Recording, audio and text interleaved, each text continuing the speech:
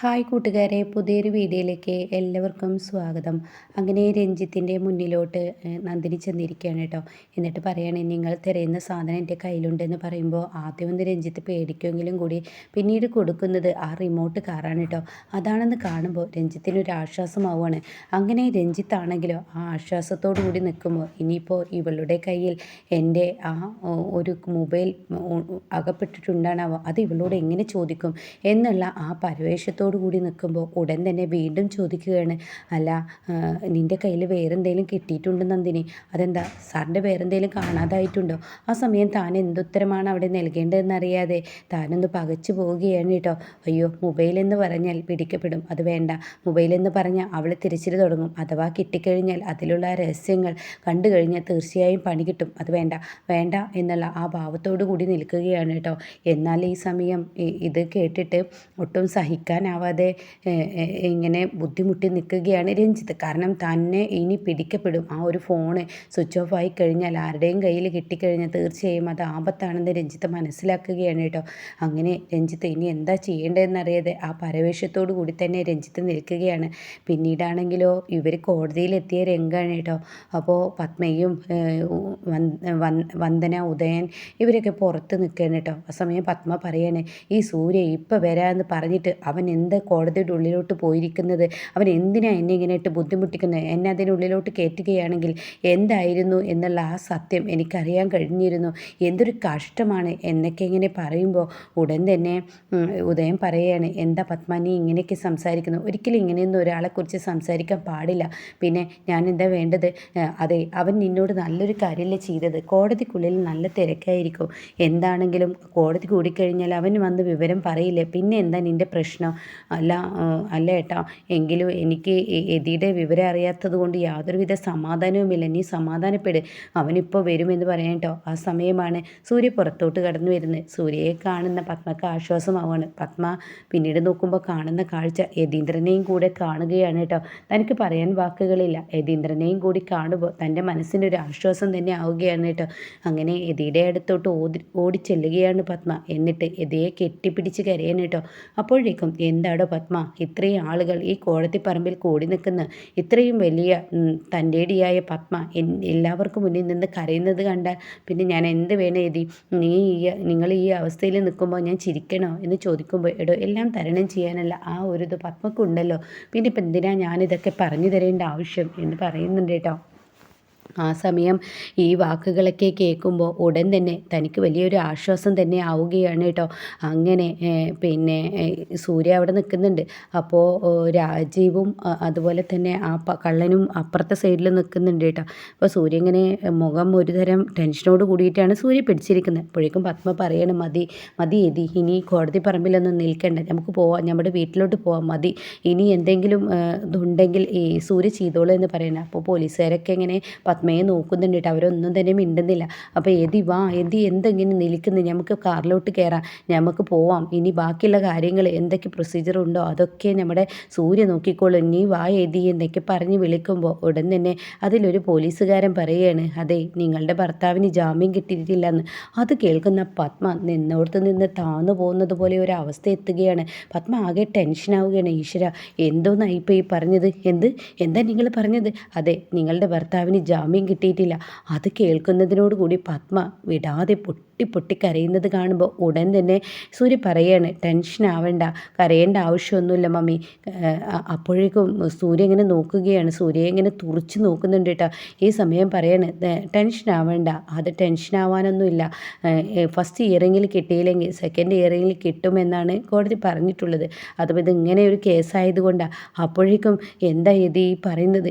എതിയെ ഇനിയും പോലീസ് സ്റ്റേഷനിൽ ഇനിയും ഇടുകയെ, എന്തൊക്കെയാണ് പറയുന്നത്? ഇനിയിപ്പോൾ സെല്ലിലോട്ട് പോവേ? അപ്പോൾ ഉടൻ തന്നെ രാജീവ് പറയാണ്, പോലീസ് സ്റ്റേഷനിലല്ല പോകുന്നത്, ഇനി കോടതി പറമ്പിലോട്ടാണ് പോകുന്നത്, അവിടെ വെച്ച് കാണാം, എന്തായാലും അത് നല്ല അടിപൊളി കാഴ്ച തന്നെയാണ് എന്നുള്ള വാക്കുകളായിട്ടോ. അങ്ങനെ ഈ ഒരു കാര്യം പറയുമ്പോൾ സങ്കടത്തോടു കൂടി വളരെ വിഷമത്തോടു കൂടി പത്മകനെ തുറച്ച് നോക്കുകയാണ് കേട്ടോ രാജീവിനെ. അപ്പോഴാണ് അങ്ങോട്ടേക്ക് ഈ പറയുന്ന ഗംഗ കടന്നു വരുന്നത് കേട്ടോ. ഗംഗയെ കാണുന്ന പത്മക്ക് ദേഷ്യം പിടിക്കുകയാണ്. എടി പത്മേ, നീ എന്തോന്നാടി എന്തിനാടി കരുതിയിരിക്കുന്നത്? എൻ്റെ ഭർത്താവിനെ അന്ന് സെല്ലിനുള്ളിലോട്ട് തള്ളിവിടുമ്പോൾ നിനക്ക് ഇങ്ങനൊരു ചിന്താഗതി ഉണ്ടായില്ലല്ലേ? ഇപ്പോൾ നിൻ്റെ ഭർത്താവ് ഈ ഇറങ്ങി കിട്ടിയില്ലെങ്കിൽ അടുത്ത പ്രാവശ്യം അയാൾക്ക് ജാമ്യം കിട്ടും. എന്നാൽ എൻ്റെ ഭർത്താവിന് ഇനി കിട്ടുമെന്ന് നിനക്കറിയോ? നീ ഒക്കെ പാടെ കൂടി ഒരാളെ കൊന്ന കേസിനെന്ന് പറഞ്ഞിട്ടല്ലേ? അപ്പോഴേക്കും പത്മ പറയണേ, നീ എന്തോന്നാടി ഈ പറയുന്നത്? അതെ, കൊന്നത് തന്നെയല്ലേ എൻ്റെ ഭർത്താവ്. നീയൊക്കെ പാടെ കൂടി കെണിയിലാക്കിയതല്ലേ, അല്ലാതെ ഇവിടെ ഒരു തെറ്റും ചെയ്തിട്ടില്ലെന്ന് നിനക്കും അറിയാം, എനിക്കും അറിയാം, ഇവിടെ കൂടിയവർക്കും അറിയാം. അപ്പോഴേക്കും സൂര്യ പറയണേ, ദേ പെണ്ണുമ്പിള്ളെ, നിങ്ങൾ കുറേ നേരമായി മനുഷ്യൻ്റെ പിറകിലോട്ട് ഇങ്ങനെ സംസാരിക്കാൻ വരുന്ന ഒന്ന് ഒഴിഞ്ഞു പോകുന്നുണ്ടോ എന്ന് പറഞ്ഞിട്ട് കയ്യോങ്ങുമ്പോഴേക്കും പോലീസുകാർ പറയണേ, ഇതൊരു കോടതിപ്പറമ്പാണ് സൂര്യ, അതിനനുസരിച്ച് പെരുമാറണമെന്ന് പറയണേ. അപ്പോഴേക്കും ഗംഗ പറയണേ, അതെ, നീ നിൻ്റെ വീട്ടിൽ വെച്ച് എന്നെ മുടിക്കുത്തിൽ പിടിച്ച് പുറത്തോട്ട് തള്ളിയുണ്ടാവുമായിരിക്കും, പക്ഷേ ഇവിടെ നിനക്കതിന് കഴിയില്ല. എന്നെ സംരക്ഷിക്കാൻ പോലീസുകാരുണ്ട്, അത് നീ മനസ്സിലാക്കിക്കോടാ എന്ന് പറയുകയാണ് കേട്ടോ. ആ സമയം സൂര്യ പല്ലിലങ്ങ് കടിച്ചമർത്തുകയാണ്. എന്തോന്ന് ചെയ്യാനേ, ഇങ്ങനെ ഒരു പിശാചിൻ്റെ മുന്നിൽ വന്നുപെട്ടല്ലോ, ഹരിതയും ഇവളും ഒരുപോലെ എന്ന ലെവലിൽ നിൽക്കുകയാണ്. ആ സമയം ഗംഗ പറയാണ്, എന്താടി പത്മേ, നിൻ്റെ നാക്ക് ഉള്ളിലോട്ട് വലിഞ്ഞു പോയപ്പോൾ നിൻ്റെ ഭർത്താവ് കുറച്ച് ദിവസം ഒന്ന് സെല്ലിൽ കിടക്കുമ്പോൾ മാത്രമേ നിനക്ക് ടെൻഷനുള്ളൂ, എന്നാൽ എത്ര കാലമായി എൻ്റെ. അപ്പോഴേക്കും പത്മ പറയാണ്, എടി നിൻ്റെ സ്റ്റാറ്റസും എൻ്റെ സ്റ്റാറ്റസും അതുപോലെയാണ്, നമ്മൾ രണ്ടാളും രണ്ട് തരത്തിലല്ലേ, അതെന്താ നീ ചിന്തിക്കാത്തത്? അത് കേട്ട ഉടനെ എന്തോന്ന് നിങ്ങളെല്ലാവരും കൂടിയിട്ട് എൻ്റെ ഭർത്താവിനെ സെല്ലിൽ അടച്ചതല്ലേ, ഈ കൊലക്ക് ചെയ്തിട്ടില്ലേ എന്ന് അപ്പോഴേക്കും പത്മ പറയുകയാണ്. അങ്ങനെ എന്തിനമ്മ ഇവിടെ ഇങ്ങനെ സംസാരിക്കാൻ നിൽക്കുന്നത്, വെറുതെ ഈ കോടതി പറമ്പിൽ ഒരു സീൻ ഉണ്ടാക്കണ്ട. അപ്പോഴേക്കും ഗംഗ പറയാണ്, അത് പറഞ്ഞത് ശരിയാണ്, ഞാൻ നല്ല അടിപൊളി ഭക്ഷണം കൊണ്ടുവന്നിട്ടുണ്ട്. ഇതെന്താണെന്നറിയോ? ഇത് ഒരു നാടൻ കോഴിക്കറിയാണ്, നാടൻ കോഴിക്കറി. അത് കോടതിയിലൊക്കെ കിടന്നതല്ലേ, അപ്പോൾ അതിൻ്റേതായ ഒരു ടെൻഷനും കാര്യങ്ങളൊക്കെ ഉണ്ടാവില്ലേ. കോടതിയിൽ കിടന്നത് സെല്ലിൽ കിടന്നത് കൊണ്ട് ക്ഷീണമൊക്കെ ഉണ്ടാവും. ഞാൻ എൻ്റെ ഏട്ടനെ കൊണ്ടുവന്നതാ, വേണമെങ്കിൽ എതിയേട്ടാ ഇതും കൂടി കഴിച്ചേക്ക്, ഈ നാടൻ കോഴി കഴിച്ചാൽ കുറച്ച് ദിവസം കൂടി സെല്ലിൽ കിടക്കാനുള്ള ആരോഗ്യം ഉണ്ടാവും. അപ്പോഴേക്കും രാജീവ് പറയാണ്, അതെ, എൻ്റെ ചേച്ചി ഉണ്ടാക്കുന്ന ഭക്ഷണം അടിപൊളിയായിട്ടാ, പറയാതിരിക്കാൻ വയ്യ. ഇത് നാടൻ കോഴിയാണെങ്കിലും നാടൻ കോഴി എന്ന് പറയാൻ പറ്റാത്ത അത്രയും ടേസ്റ്റുകൾ ഉണ്ടാക്കിയിട്ടുണ്ടാവും, അതുകൊണ്ട് കഴിച്ചേക്കെന്ന് പറയണം. അപ്പോഴേക്കും സൂര്യക്കങ്ങ് ദേഷ്യം പിടിക്കണം. അതെ, നിങ്ങളുടെ ഭക്ഷണമൊന്നും എൻ്റെ അച്ഛന് വേണ്ട. അതിരാവിലെ എണീച്ച് നന്ദിനി അച്ഛന് വേണ്ടി ഭക്ഷണം ഉണ്ടാക്കിയിട്ടുണ്ട്, പുട്ടും കടലക്കറിയും പപ്പടും, അതുകൊണ്ട് അച്ഛൻ അത് അയ്യയ്യേ, പുട്ടും കടലക്കറിയും പപ്പടോ. അപ്പോഴേക്കും എതി പറയണേ, നിൻ്റെ ഭക്ഷണമൊന്നും എനിക്ക് വേണ്ടടി എന്ന് പറഞ്ഞിട്ട്, വാ മക്കളെ ഇവിടെ സംസാരിക്കാൻ നിൽക്കേണ്ട. അപ്പോഴേക്കും സൂര്യ ചോദിക്കുകയാണ്, എൻ്റെ അച്ഛന് കുറച്ച് ഭക്ഷണം ഞങ്ങൾ കൊടുത്തോട്ടെ? അപ്പോൾ പോലീസുകാർ പറയാണ്, ആയിക്കോട്ടെ, അതിനൊന്നും കുഴപ്പമില്ല, കോടതിയിൽ കുറച്ച് കാര്യങ്ങൾ ഞങ്ങൾക്ക് ചെയ്തു കൊടുക്കാനുണ്ട്, അപ്പോൾ പോലീസിൻ്റെ സാന്നിധ്യത്തിൽ തന്നെ നിങ്ങൾ ഭക്ഷണം കഴിച്ചോ. അപ്പോഴേക്കും ഏട്ടാ വായോ, നമുക്ക് ഭക്ഷണം കഴിക്കാമെന്ന് പറഞ്ഞ് ഗംഗ വിളിച്ചു കൊണ്ടുപോകണം കേട്ടോ. നാടൻകോഴി കഴിക്കണോ എന്ന് പറഞ്ഞിട്ട് അവൻ കളിയാക്കുന്നുണ്ട് കേട്ടോ രാജീവ്. എന്നാൽ സൂര്യ തൻ്റെ നന്ദിനി കൊണ്ടുവന്ന ആ ഭക്ഷണത്തിൻ്റെ എന്താണെന്ന്, അതായത് അത് എത്ര വിലപ്പെട്ടതാണെന്ന് എന്ന് ഈ പത്മ മനസ്സിലാക്കണം കേട്ടോ. അങ്ങനെ യതീന്ദ്രൻ പറയണം, എനിക്ക് എൻ്റെ വീട്ടിലെ ഭക്ഷണം കഴിക്കണമെന്ന് പറഞ്ഞ് യതീന്ദ്രന് ഭക്ഷണം പത്മയും സൂര്യയും കൂടി മാറി മാറി ഓരോന്ന് ഇട്ട് കൊടുക്കണം കേട്ടോ. എന്നിട്ട് യതീന്ദ്രൻ തൻ്റെ ഭക്ഷണം പ്ലേറ്റിലോട്ട് കൈകുത്താൻ ശ്രമിക്കുന്ന സമയം പത്മ ആ പ്ലേറ്റ് അങ്ങ് എടുക്കുകയാണ്. പിന്നീട് തൻ്റെ കൈകൊണ്ട് ഊട്ടിക്കൊടുക്കണമെന്നൊരു തോന്നൽ പത്മയ്ക്ക്. അങ്ങനെ യതിക്ക് തൻ്റെ കൈകൊണ്ട് ഊട്ടിക്കൊടുക്കുകയാണ്. ആ സമയം യതിയുടെ കണ്ണ് നിറയുന്നുണ്ട്, പക്ഷെ അത് നിറക്കാൻ അനുവദിക്കില്ല. എന്നാൽ ഈ സമയം ഇതെല്ലാം കണ്ട് എല്ലാവർക്കും വലിയ സങ്കടമാവുകയാണ്. അപ്പോഴേക്കും തൻ്റെ അമ്മയുടെ കൈകളിൽ നിന്ന് ആ ഒരു പാത്രം വാങ്ങുകയാണ് സൂര്യ. എന്നിട്ട് ഇവിടെ എതിക്ക് തൻ്റെ കൈകൊണ്ട് തൻ്റെ അച്ഛന് താൻ തന്നെ വാരിക്കൊടുക്കുകയാണ്.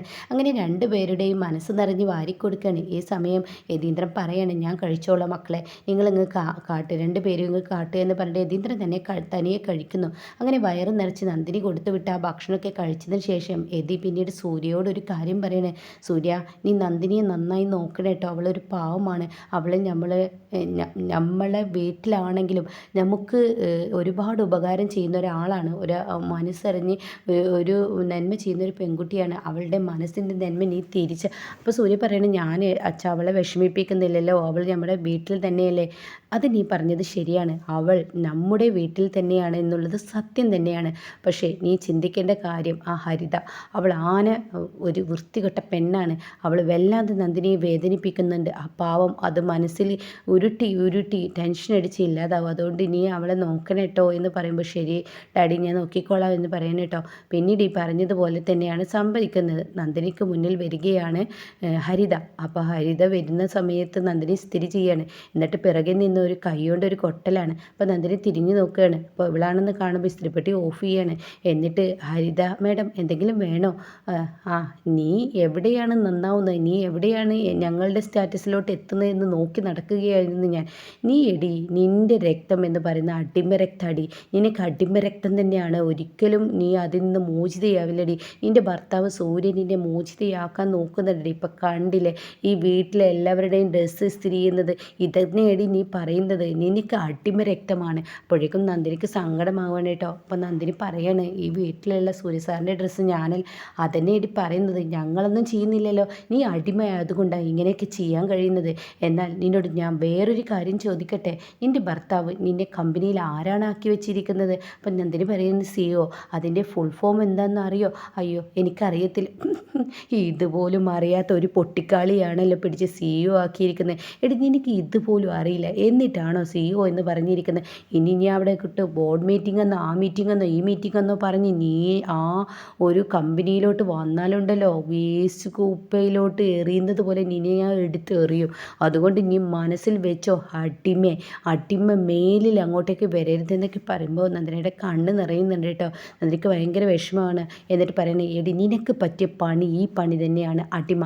അതായത് മറ്റുള്ളവർക്ക് വെച്ചുണ്ടാക്കി കൊടുക്കുക, ഭക്ഷണം വിളമ്പി കൊടുക്കുക, ഇതുപോലെ സ്ത്രീക ഇങ്ങനെയുള്ളതൊക്കെ തന്നെ നിന്നെക്കൊണ്ട് പറ്റത്തുള്ളൂ. അല്ലാതെ വേറൊരു പണി നിന്നെക്കൊണ്ട് പറ്റത്തില്ലടി അടിമേ എന്നൊക്കെ പറയുമ്പോൾ വീണ്ടും സങ്കടം വരുന്നുണ്ട് കേട്ടോ.